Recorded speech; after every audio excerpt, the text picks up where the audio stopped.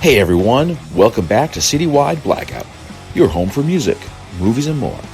I'm your host, Max Bowen. In this episode, I'm talking with Wakefield-based solo artist Natalie Joly for her new single, Running Circles, available on November 6th. This song was recorded during the pandemic in Natalie's home studio, and she talks about how she kept the creative energy flowing and how having her own equipment changed her career. Now, Natalie's a full-time musician, and you might think that just means playing a lot of venues and going on tour a bunch, but for her, it goes way beyond that. And she talks about what went into making this her full-time job.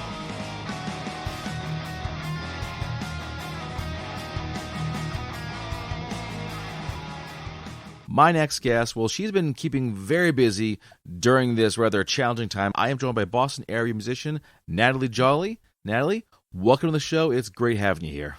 Yeah, thank you so much for having me, Max. I'm so excited. You have some big news in that you have a new release, a new single called Running Circles, coming out on November 6th. And this is all recorded and everything during the pandemic. Yeah. Yeah. My first question to you is, how did you keep yourself creative at a time when so many other people just took a big pause on things? Well, actually, right before the pandemic, I had decided to go solo in my artist career away from the band that I had been playing with for a few years. Even before the pandemic started, I was in a new creative zone as is because I had gone solo. I was, thinking of new ideas and, all my wheels were spinning in that realm of things. And then, for me, my biggest issue in life is finding time to be creative.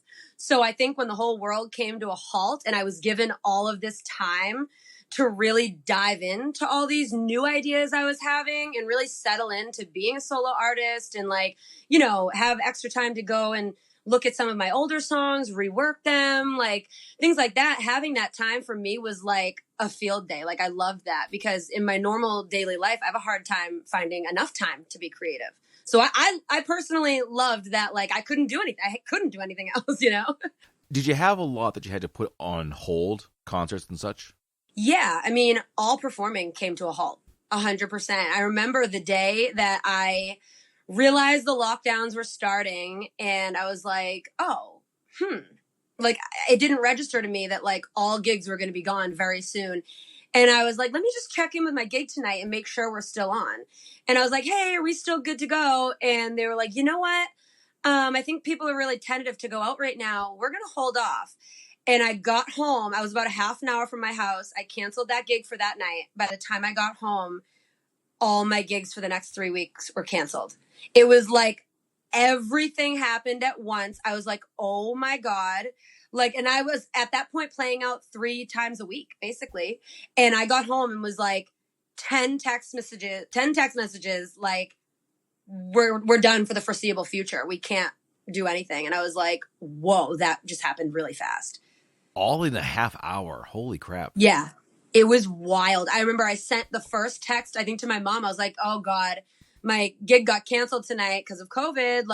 Oh boy. By the time I got home, she's like, well, that stinks. And I'm like, it really stinks. Everything just got canceled. It was wild. Now, is gigging like a major source of your income? Oh yeah, it is my income. I'm actually a full-time gigging musician. I don't have a day job. I never have had a day job, actually. I've been doing gigging. And by that, I mean cover songs at bars, restaurants, private events, weddings, stuff like that. I've been playing out as my main source of income since I was 14. So what was it like in those early days when it looked like this was going to be, everything was going to be just scrapped for a long time to come? Yeah, I mean, I, went into survival mode, I think. I think mentally I was just like, okay, let's just bunker down, see what we can, stay cool, stay calm. I still live with my parents. I'm the youngest kid of 4. I have a crazy Italian mother. She won't let me leave. So I'm still home. So luckily, I'm really lucky. I didn't have to worry about rent. I actually, once the pandemic really got started and gigs were so off the table by April. And then it was you couldn't even go to CVS. We weren't even running errands. I even took my car off the road for a bit because I'm I didn't drive my car for, I think, 6 weeks. I didn't leave the house. So I was just like, and when I was going out, it was to do something like to go help my parents go grocery shopping and get a bunch of stuff. Like I wasn't going out to do my own things. So I just kind of, pulled back. I, cut back on spending as much as I could. And I actually decided to do a lot of like studio repairs and fix up my equipment, organize everything, and really just like do the things, like I said, I never can find time to do.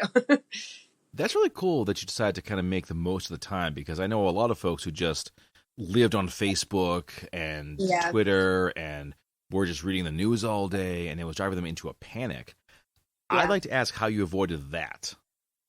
It was tough, I gotta be honest, because I definitely had a good amount of those people around me, and it was definitely kind of like, why aren't you more freaked out a little bit? And I'm like, well, relax, let me be not freaked out, I think I just I hate wasting time more than anything. Like that is my biggest pet peeve, is wasting any time. And I really just felt like we have no idea how long this is going to last. Like this could be a month, this could be a year, this could be 2 years. Like I have no idea, but I'm not going to wake up whenever this is gone and say I just wasted however long amount of time that was. So if I can't make money and I can't go out and I can't see anybody and I can't even go shopping or run errands, I can't do literally anything, I'm going to make the best of it. And, I'm lucky I have an at-home studio. And like I said, I had already gone through that transition period. I was really like emotionally eager to work on new stuff as was. And I was like, you know what? This gives me a perfect opportunity to just really dive in on that and see what I come up with. So when did work on the new song begin? I would say, I think I wrote Running Circles in April.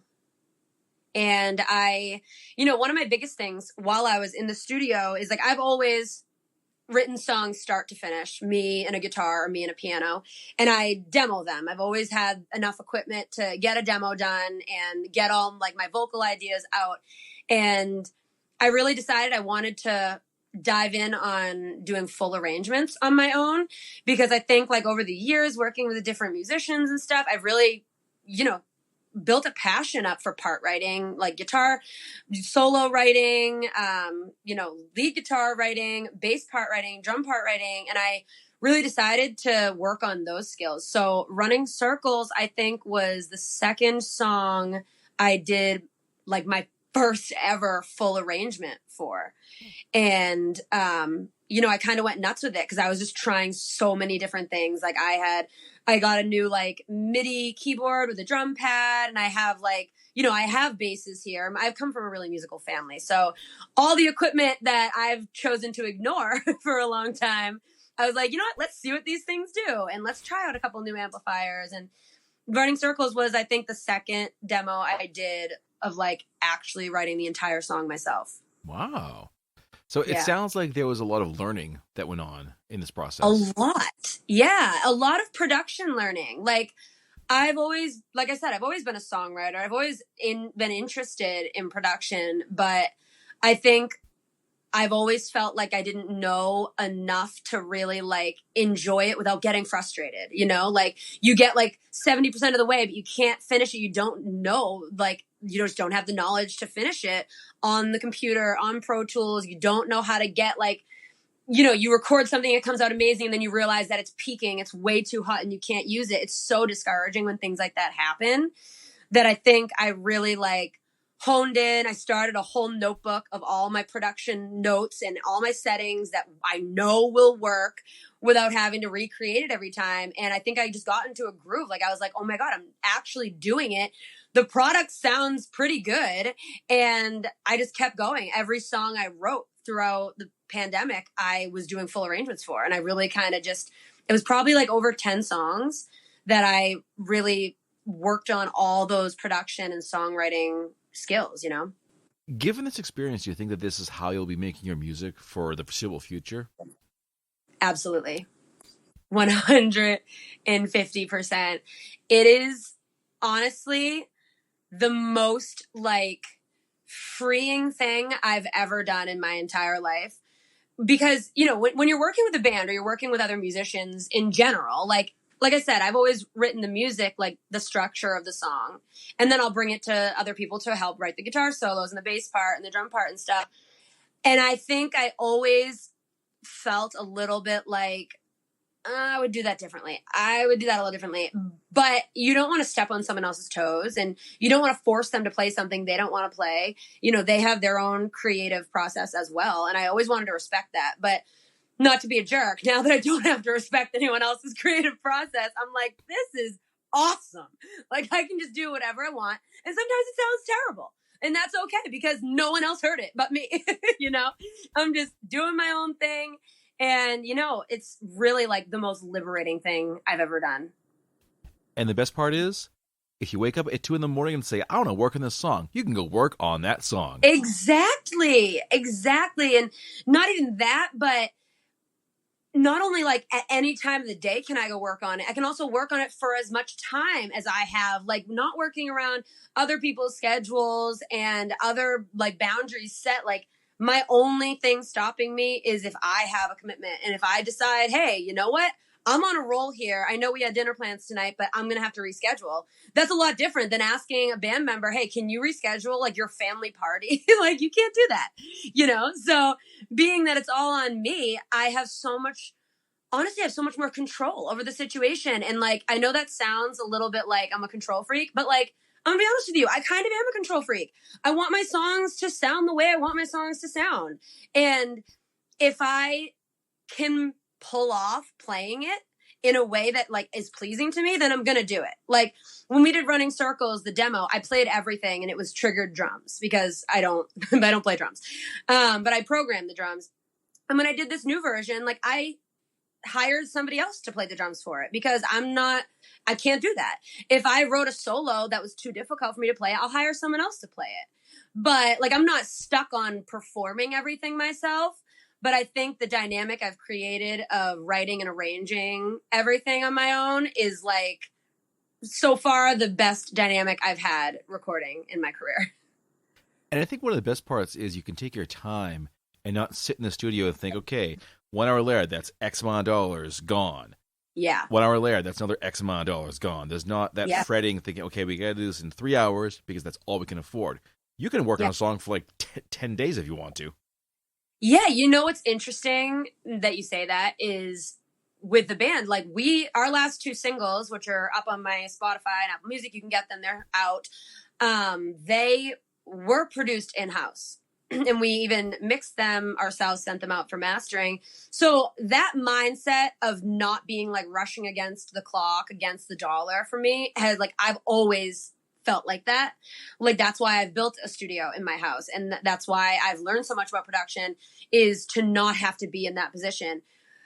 But now adding to that I'm not working around other schedules. And like you said, at any time of the day that works for me, if I'm in the middle of a session and I get a call and need to go do something, need to go help somebody out, I can. You know what I mean? It's so much more relaxed and stress-free, at least for me, like for the way that I work. And I'm loving it. Like, I feel so like, I feel like I'm oozing with creativity, where like for a long time I felt like, okay, like, I really want to go down this lane. I really want to work on this new song, but like, we've been working on this other one for months and I don't like want to disrupt that. You know what I mean? Now there's no disrupting. I can just change directions whenever I want. Let's talk tech. Did it take you a long time to get all the right gear to get the studio rolling? Yeah. A lot of trial and error. So my brother is also a musician, not professionally, but he is big into production as well. So for a long time when we were building at the studio, it was me and him together. And he definitely like, I mean, we had like a recording console in my house before I even like knew what a recording console was. So there was definitely that element to it where like he and I, like he started it with like this massive clunky recording machine that was absurd. Like you would do the entire thing on this machine and then it would pop out a CD at the end. Like there was no computer involved. It was wild. So we started out there. Like my brother and I recorded my first CD when I was 15. At home, like all on our own. It's absolutely horrible. Like, and I burned like hundreds of them. I sold them for $5 a piece.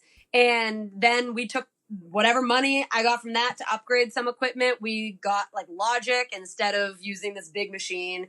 And I released my second CD when I was a senior in high school. So when I was 17.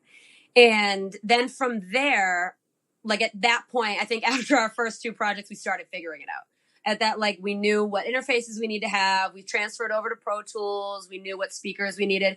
And it's always a work in progress because technology, you know, moves so fast now. But I think, like, for what I'm doing at this point, it's a lot. Like, now I know what I need and I know what I don't need. For a long time, I think I thought I needed things that I didn't actually need. You know what I mean? It was a lot of just trial and error for that. And it's so much fun, too. It's so much fun to hear about this new thing that can help you out in this way. And then you buy it and you get it home. It's like, oh, this is going to make everything so much more better or smoother or what have you. Yeah, I mean, we've definitely, I'll be honest, we've definitely had our fair share of like, oh my God, this is going to be a game changer. Like, take it out of the box. And it's horrible. Like, we've had our definite fair share of like, oh man, I just spent like $1,000 on something that's supposed to make all my guitars sound amazing. And it's the hardest thing to use ever and sounds absolutely terrible. I'm like, you know what? We're shipping this back immediately.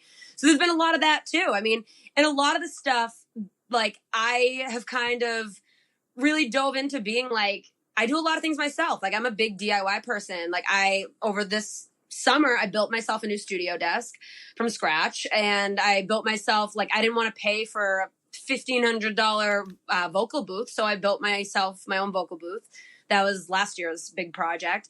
But, you know, you can find ways to cut corners. Like, musicians are artists. We're really creative. If you look online, like, there are a ton of people doing things in super creative ways. And I'm like, oh my God, that's a really cheap way to get the same product, you know? Did you find any sites or groups that gave you a lot of good insight and advice to building the studio?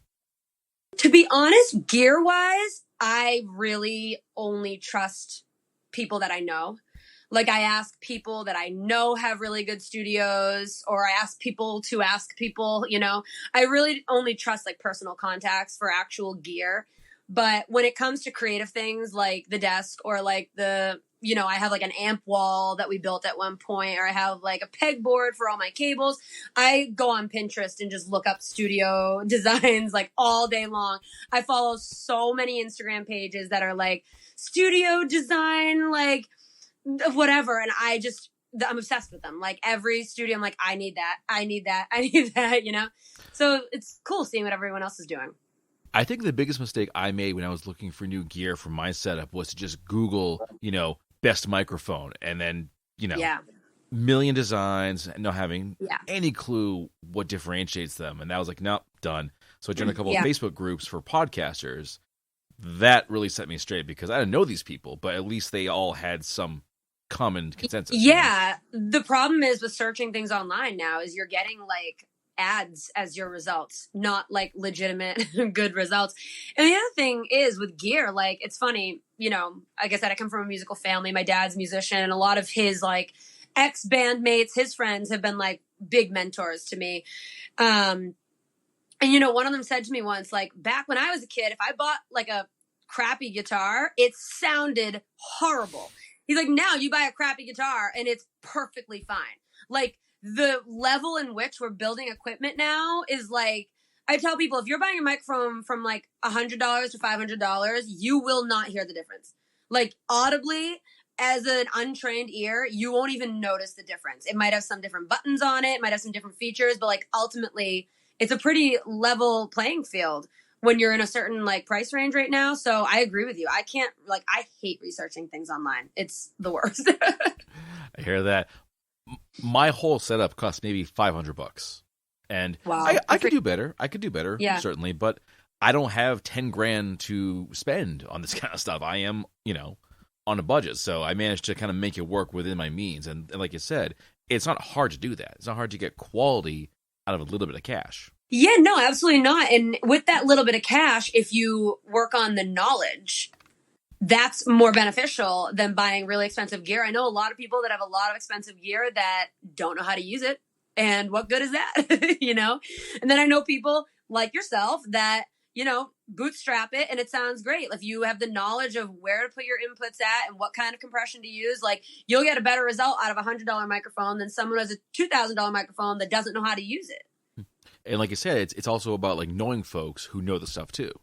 Yeah. Yeah. Absolutely. Friend advice is the best kind. Absolutely. I keep things like human to human as much as I humanly can. Very good. Look at that. Let's go back to the song Running Circles, which I got to say is apropos for the time that we are in right now. Right. A lot of folks. How does it feel to have a new release? It feels really good. Like, it feels like the floodgates opening, kind of. Like, I feel like I've been in all of us musicians have been a little bit in like a straitjacket for the last several months, like not being able to express ourselves, not being able to play with other musicians or play at all.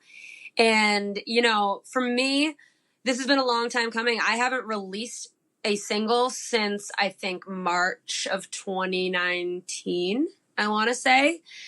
We started working on a project with the band, and then I decided to part ways from that. And how that goes. Like, projects take longer and longer. And then like we get to the point of like, all right, ready to do something. And then Corona hits and it's like, all right, well, let's start at ground zero, So I think for me, I'm like just so excited to actually have another like original song out there, Given the situation, you obviously can't do like a song release show. Normally, if you had a new single or a CD, you would say, okay, CD release show, this place, this time.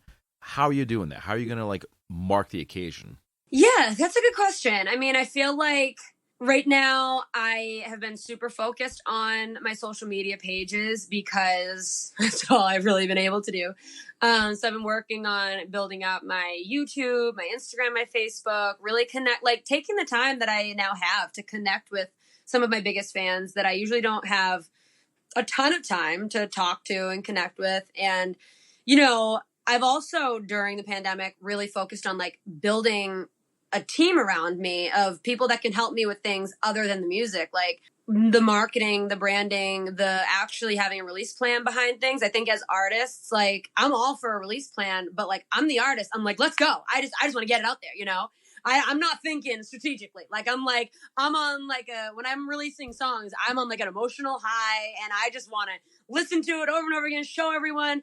And I think one of my biggest priorities was building a team around me that can advise me on what to do and how to release it, how to go after, like, when I went solo, I had to start all new pages on Apple Music, Spotify, because I was under the band name and I had to switch everything over to my solo name. So I'm just kind of focusing on building those up. This is the first single of a multi-song project that I'm doing. So I think this song is like really special to me and it's kind of my passion project throughout the pandemic. So I actually decided to put it ahead of everything else.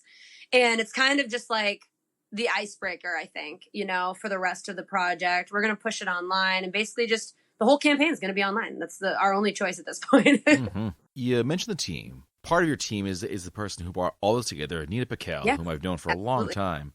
Yeah. How did the two of you meet and how did working with her advance your own standing?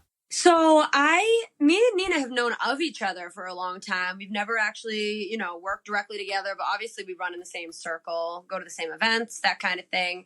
And it was really like a coincidental, serendipitous thing. Like literally, I think it was 2 weeks after I went solo and I'm kind of in the throes of like, wrapping my head around all of this, rebranding, like kind of pushing away old preconceived notions of the plan with the band. And she messages me one day and was like, hey, I'd love to get together and grab lunch and talk about what you're doing. And I was so not like in the mood. Like, I'm like, yeah, okay. And then it turns out without either of us knowing, like, a few days after that, after we connected, we were at a singing competition judging together. And we were like, oh my God, hi, we were just talking. And we just hit it off so well at that competition. We had so much fun. And I was like, at that point, I was like, okay, we need to hang out. We need to meet. And like, my head was a disaster. And I told her that, like, I'm all over the place right now. I'm very like, disorganized at this time. I'm trying to figure out what I'm going to do. And she really helped me piece all of that together. And, Nina's she's amazing. She's a branding genius. And the best thing about working with her has been she truly wants to get the best out of you rather than, a lot of people I've worked with in the past, want you to do what they want you to do. And as an artist, that never sits well. It just never feels right to work on someone else's plan for your art. It just feels yicky, And Nina's been so supportive of gluing everything back together and helping me switching over all the accounts. She's like an online wizard. I'm like, how do I do this? She knows how to do everything. It's crazy. So it's been a complete blessing. She literally just walked into my life at the absolute perfect time. Now, you've talked before about the switch from being in the band to being solo. Yeah. What was the hardest part about making this kind of lane change in your career? The hardest part, I think, was mentally and emotionally wrapping my head around it almost felt like I was giving up on the band thing, but I wasn't. In reality, I was deciding for a lot of reasons. This is better for me. This gives me so much more freedom to, like I said, musically go in any direction I want to, but also focus on other parts of my career and work with other people and do fun things like this. And I was just, for the last few months, I've been featured in some, Subaru commercials for a dealership and do fun things as a person, as more than just a musician. Music is my life. It's my primary focus, but I think it was a necessary change from being in a band to being me, and I can call in a band for shows whenever need be. But I think being the front man of a band was a little bit, I don't know how to phrase it. Emotionally, it just felt a little bit like I was in a box. And that was the biggest thing, was embracing not being in that box. And I think it was just the unknown. I hate change, just like everyone else. I think that was it. It was just change. And I right from the get-go was this is the right move. I know it's the right move. I feel it in my bones. I need to do it, but I'm super uncomfortable doing it. And that's just, a lot of the best things come from change and come from doing things that make you uncomfortable. And this is exactly one of those things. Speaking of change, with the new single, did you find yourself going in any new directions musically? Yeah, I did.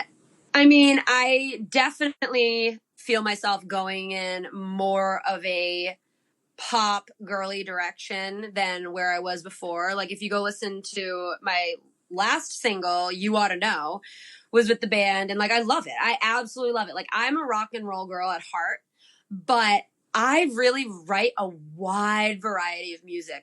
If I were to tell you my musical influences, the range is outrageous. So I think when I was with the band, because it was a rock band and we were all into big drums and, electric guitars and distortion and things like that, I think it pulled me towards that harder side of what I like.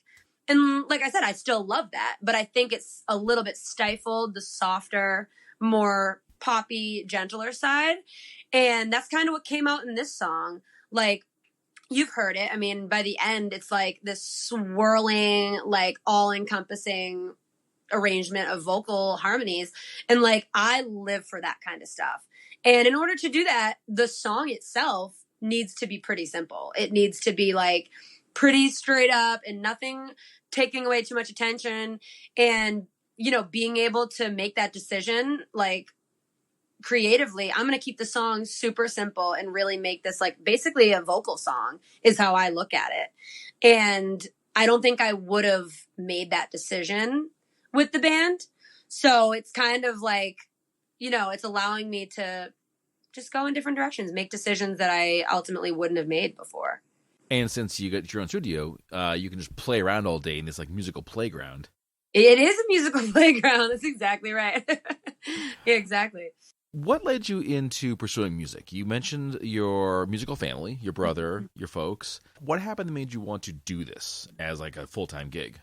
I decided I wanted to do music very early on in my life. Like, I think I was 11 or 12. And I like remember it to this day. I remember we were on a family vacation with a family friend of ours, and me and my dad were jamming, and we were playing, I think we were playing Tequila Sunrise by the Eagles, which was like that was, I think, the first song I ever learned on guitar. And I remember my friend, who was my age at the time, looked at me, and like at that time I was like, I like loved Hannah Montana, and like Taylor Swift was just coming out, and I was all about it. And I remember he looked at me and was like, whoa, you can sing. You could be famous someday. And I remember being like, oh my God. Like, I remember to this day, I can still tell you I had like tunnel vision. I was like, like, that's when I think I realized, like, these people are just people too. And I could be one of those people. Like, I could be a musician someday. And literally, I never stopped from then on. Like I said, at that point, I was like 11 or 12. I released my first CD at 15. I was not the greatest student in the world. I really focused on my music throughout high school. Like, I got my first residency when I was 14, down like almost an hour away. I couldn't even drive yet. I was 14. Every Thursday, happy hour, live music, and my mom or dad would have to take me. And like, sorry, but I'm not doing homework that night. Like, you know what I mean? It really was my priority. And then it became time, like, everyone's going to college, and what are you going to do with your life? And I was like, why would I ever go to college? Like, I already had released 2 CDs at that point. I was moving and grooving, had the studio, had a band, and I'm like, I had 3 older siblings that went to college. I knew what it was all about. I was not very intrigued by the idea. And I was like, no, I'm not going to go to college. And I got so much shit for that. Like, every teacher, every guidance counselor, every friend's parent, like, you're ruining your life. What are you doing? You need a plan B. And I remember just saying, I don't know how many times I said this. I was like, why would I waste the 4 most important years in my career as a musician, like 18 to 22? Like, are you kidding? That's when you need to make moves, you know? Why would I just throw away that time killing myself in school, doing schoolwork for something that isn't really going to help my career? I had no interest in going to Berklee. Like, I just didn't. It's so expensive. I didn't want to go down that rabbit hole. If I had gone, it would have been like a state school or something. And I was just like, I'm not going to waste that time. And I'm going to go, you know, as hard as I can with my music career. And that's just what I've done. I haven't stopped. It's what I do. It's my life. Like, when people say like, oh, what do you do? Like, whatever. And I'm like, well, I'm a musician and I sometimes do other things. Like, it's just part of my identity. It's not like, it doesn't even feel like a choice to me. It's just what I do. When you decided to do this, what was your family's reaction? My dad did try to trick me into going to Berklee. He like wrote my essay for me or something. Or no, he didn't. It was even crazier. He applied for me and tried to ask me, like, it was so bad. He literally was like, hey, Nat, if you were to have to, like, explain what you love about music, like, do you think you could just write that out for me? And I'm like, so you want me to write a college essay? And he's like, well, no. He was, like, trying to fool me. And I was like, stop it. Like, I'm not going. Other than that, they were super supportive, honestly. Like, I couldn't have asked for a better situation. Like I said, I have 2 sisters who are, like, 9 and 10 years older than me. And they are not musicians, but they are like so supportive in what I do. They've always helped me take photos, style for shoots, prepare things for gigs. Like, they've always helped me like that. Obviously, my brother was helping me with production. And my dad's a musician, you know? He was in a band forever. My studio right now is what my dad's old band used to use as a studio. Like, so for him, it was kind of like, okay, I saw this coming. And my mom, like I said, she's a little crazy Italian lady who loves rock music. And she's just like people think it's probably annoying having like band practices all the time, blaring music. Like, my mom has the doors open. She's like, go louder. Like, she loves it. You should see them at my shows. Like, because they're the only ones who know like every song that I play because they hear it. And they're like front row screaming the lyrics. Like, they're all about it at this point. I think they were skeptical, like when I decided not to go to college, but I think I've proven myself. You know, I support myself. I gig out full time. And I think they're like, all right, well, you're doing it. So we're just going to let you do it. That's really cool that your folks support this, because there's so many other artists, whether they do music or act or what have you, that they tell their folks this, and their folks just go ballistic because they think you're wasting your life. You're spending your only coin on this one chance. You have no idea if it's actually going to work. Yeah. But it's cool that they at least let you do this yourself. And if it doesn't work, well, you did it yourself. Yeah. I mean, I got to be honest. I think there's a lot of wrong preconceptions about what it is to be a full-time artist.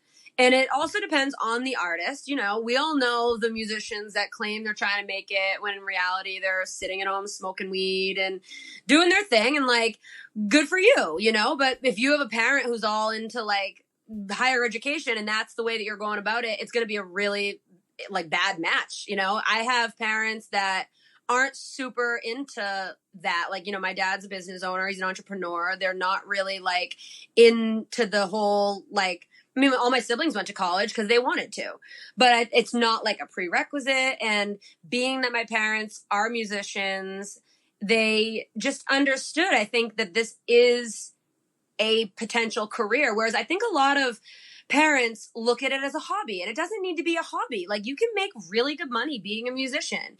You can be really happy and you can live a really fulfilling life. Like, people who make it or not, you know, I know so many people that provide for their families and they're full-time musicians and they are loving it. And I think, you know, these days with social media, in a lot of ways, it's frustrating and it's made it more complicated, but it's also made it easier to really get yourself out there, show people what you do, get gigs, promote yourself, and make money doing it. Like, actually make it a career.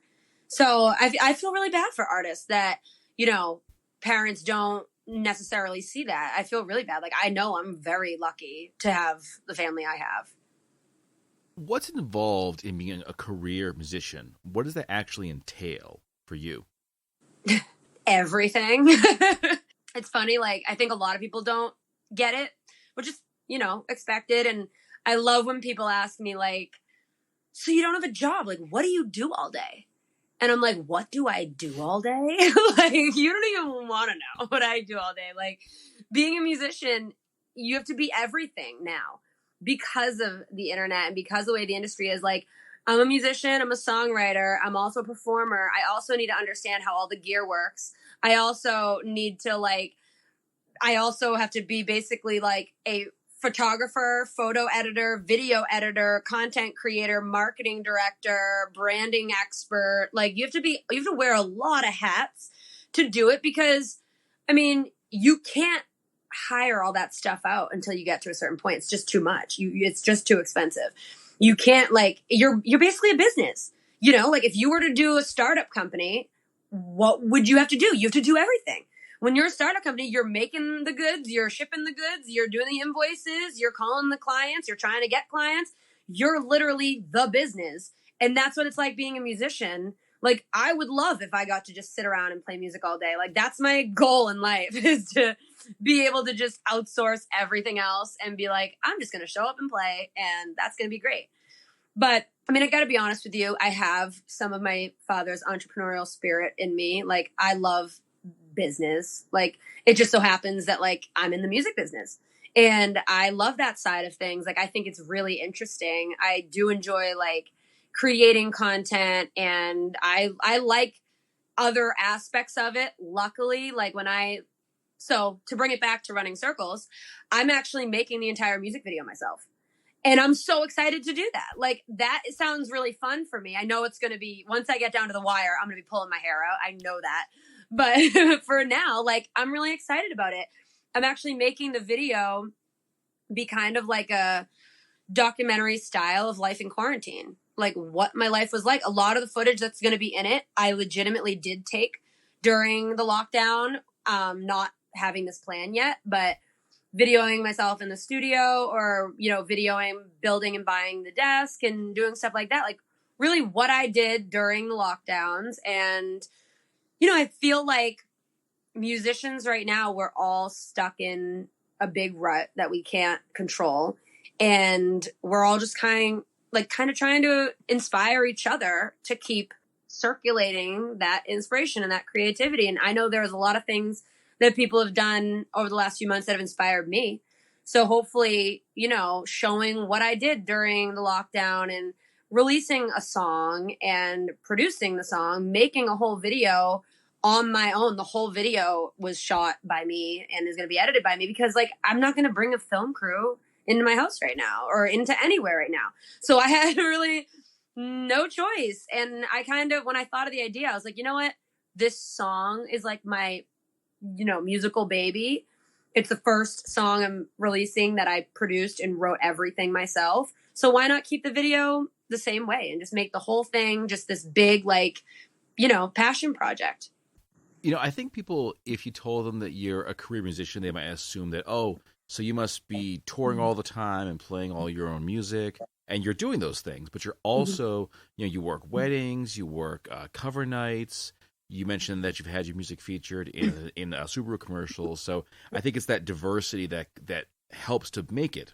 Yeah, I think your mentality has to be like, okay, if an opportunity comes my way, do I have, somewhat of creative control over it to the point of it being on brand and what I do? And if I do, and if it's, I take it, even if it's not exactly what I do. I've also gotten into producing things for other people over the pandemic. I've been doing jingles for people and I'm like, this is fabulous. I'm getting paid to write cheesy things about companies. I'm like, this is amazing. In the comfort of my own home, I can be in my pajamas if I want to. So I think being a musician, people assume you're touring and releasing music. That's what they think you're doing. And typically, you are doing those things, but the fact of the matter is you're not making money doing those things right now. You're not and that's a really hard thing to come to grips with. It took me a long time to just accept that for what it is, but that is it. You don't make any money releasing music, number one. And if you're out touring, most likely you're breaking even and you're happy if you're breaking even. But when you're breaking even, you're taking off 2 months from life where you can't make other money. So you need other revenue streams as an artist right now until you're big enough to really be pushing merch and getting big endorsements and things like that. You got to get creative. And as long as I'm proud of the product I'm putting out. If I'm proud of the jingle and the Subaru one, I'm actually, not only did I make the jingle, I'm in the commercial. So even though that's not what I do, I'm not a spokesperson by any means, but I'm in the commercial and it's on Nessun all the time. So many people are tagging me on Instagram, oh my God, I just saw your commercial. This is crazy. So even though it's not my own original music, it's brand awareness. It's people seeing that you're doing stuff that it's still me. I'm not acting I'm not acting to be somebody else. The whole commercial is based around I'm a musician and I need a reliable car and this is why, and it's me with my gear. And I said that, I was I'm going to do this if I can make it be my brand involved. And we came up with a great concept together. So I said, you got to just be open to other ideas because the typical ways of being a musician, the ways that you make money and support yourself are not working out too great right now. Exactly. Speaking of brands, I want to ask you something. You're, and I believe the term would be an ambassador for a number of different brands, Converse, Maserati, Music Drives Us, Dune Jewelry. It's a long, long list. How did all that come about? Yeah, that's kind of a lot basically through Instagram, being hired for photo shoots. So a lot of brands, specifically Dune, I actually was hired to play an event for them and really hit it off with the owner. She's the best. They're a local company. And it's kind of hey, can I send you some jewelry? Will you post about it on your Instagram account? It's that type of influencer, if you will, as they call it, marketing, which a lot of brands are doing now, a lot more than typical marketing. So they look to someone like me who has fans, even though I'm a musician, I have a distinct style and I have things that people know me for. One of them being like, I wear a ton of jewelry. I wear a ton of rings. So I've had a bunch of companies give me like earrings. Like I had this company send me the coolest guitar pick earrings. They were Fender guitar picks with feathers hanging off of them. I'm like, what is this? This is amazing. But I'm like, yeah, of course I'll post it. That's so cool. So that's, you know, it's a marketing tactic for them. And it's kind of the same thing. Like when I want my music to get out there, you try to get on like a bigger page that has an audience that's interested in music. You know, it's really interesting the way that like the commerce branding has gone. And the Maserati, I wish I was a true Maserati ambassador. I wish I got like a free Maserati for that. I did not. So Ernie Bach Jr. is a good friend of mine, and he owns a Maserati and Ferrari dealership, and they've had me model for their store in there and on their like Christmas campaigns and things like that. I mean, it's amazing. It's so cool. Like I get to sit on a Ferrari. I'm like, this is awesome. I'm sitting on the hood of a Ferrari right now. Like can't ask for something better than that. So yeah, it's today's marketing, I guess, is the best way to put it, is like on Instagram, which is wild. So what is next for you? I know you have the new single coming out November 6th, but past that, what do you have in store for folks? So I have a whole project coming out. I don't want to spill the beans on that too much because, you know, Max, you're just going to have me back on once I have more of it figured out myself. I see what you did there. Yeah, no, honestly, I haven't really set everything for the project in stone yet, so I don't want to say things that I end up changing my mind on. But I will tell you that right now we have 6 songs picked out that I feel like really fit together, tell a story, and also really show the range of music of who I am as an artist, which is something that I feel like I haven't really had an adequate chance to do. And that's what's in store. Like I asked Nina, I have told her so many times, like, I just want all my music out there. Like I write so much and it pains me that people don't actually get to hear all of it because it takes so long to produce and release every song. And I'm just like, I just want it out there. And that's my goal right now, is to get music out there. Like it's easy to get sucked into the cover music and like that game of like playing social media and doing the business side of things.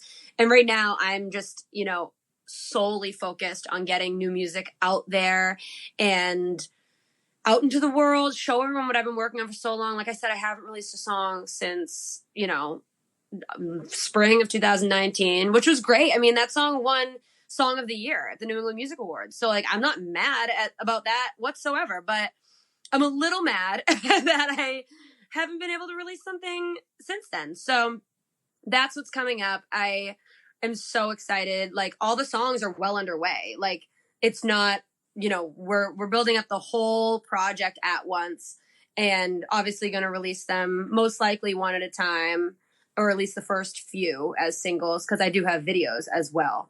So I just want to create and I just want people to hear it. Finally, like I want to let them in on what I've been working on for so long. Well, Natalie, thank you so much for talking to me. I've really enjoyed this. Thank you for having me. This was so fun. And for the folks at home, give us all the details, website, socials, the whole 9 yards. So everything is Natalie Joly, Joly. My biggest thing right now is I'm really trying to bump up my Spotify numbers because, like I said, I had to start all new pages. So please go look me up on Spotify, Apple Music, follow me, subscribe on YouTube, Instagram, Facebook, and my website is just nataliejoly.com. That's basically where everything is. If you want to go figure out how to follow me, and you can sign up for my newsletter, see what I'm up to. My website has everything on there, and we'll direct you accordingly. But yeah, I'm focusing on the YouTube, Spotify, and Apple right now because I'm focusing on the music right now. So I got to get those pages popping. Excellent. Well, Natalie, until next time, thanks again. Yes. Thank you so much, Max. Hey guys, what's going on? This is Brian Murphy from One Time Mountain, and you're listening to Citywide Blackout with Max Bowen. Rock on.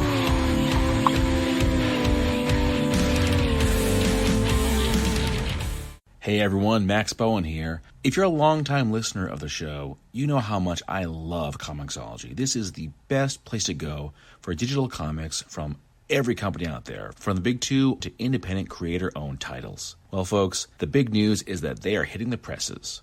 In the spring of 2021, they'll be teaming up with Dark Horse Comics, publisher of titles such as Black Hammer, Hellboy, and Sin City, my personal favorite, to distribute print editions of Comixology originals, graphic novels, and collections. This is going to include the Eisner Award winner Afterlift, along with Breaklands, Youth, and The Black Ghost. I have read most of these titles. They are amazing. I cannot wait to add them to my bookshelf. Now, these will be available in comic shops, bookstores, and libraries, and more will be announced in the weeks and months to come. But if you want all the updates, go to comixologyoriginals.com and follow them on Twitter, Facebook, and Instagram. All right, folks, that brings this episode to a close. You can follow the show on Facebook under Citywide Blackout and Twitter and Instagram under Citywide Max. Listen to the show on Podbean, Spotify, Amazon Music, Apple Podcasts, TuneIn, and every Saturday at 10 p.m. on Boston Free Radio. To close things out, I've got two of Natalie's songs for you. You Oughta Know, followed by the new single, Running Circles. As always, keep those ears open.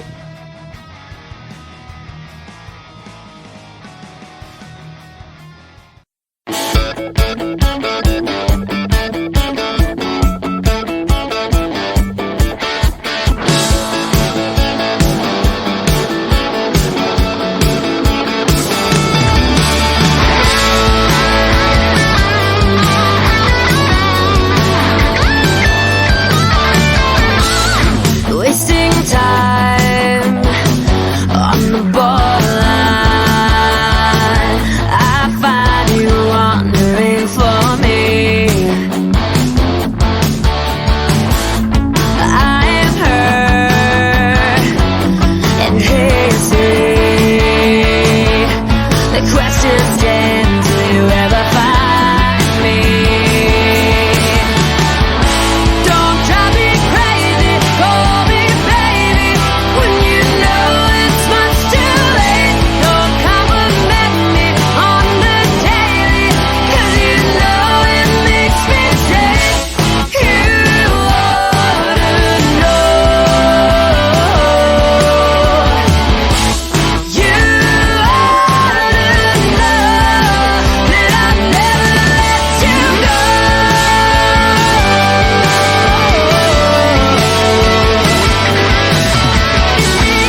I see you now in a different light. You might be lying, but I hope you're right. I've seen you through the night and day, and I know that everything's okay. Don't drive me crazy, call me baby, when you know it's much too late.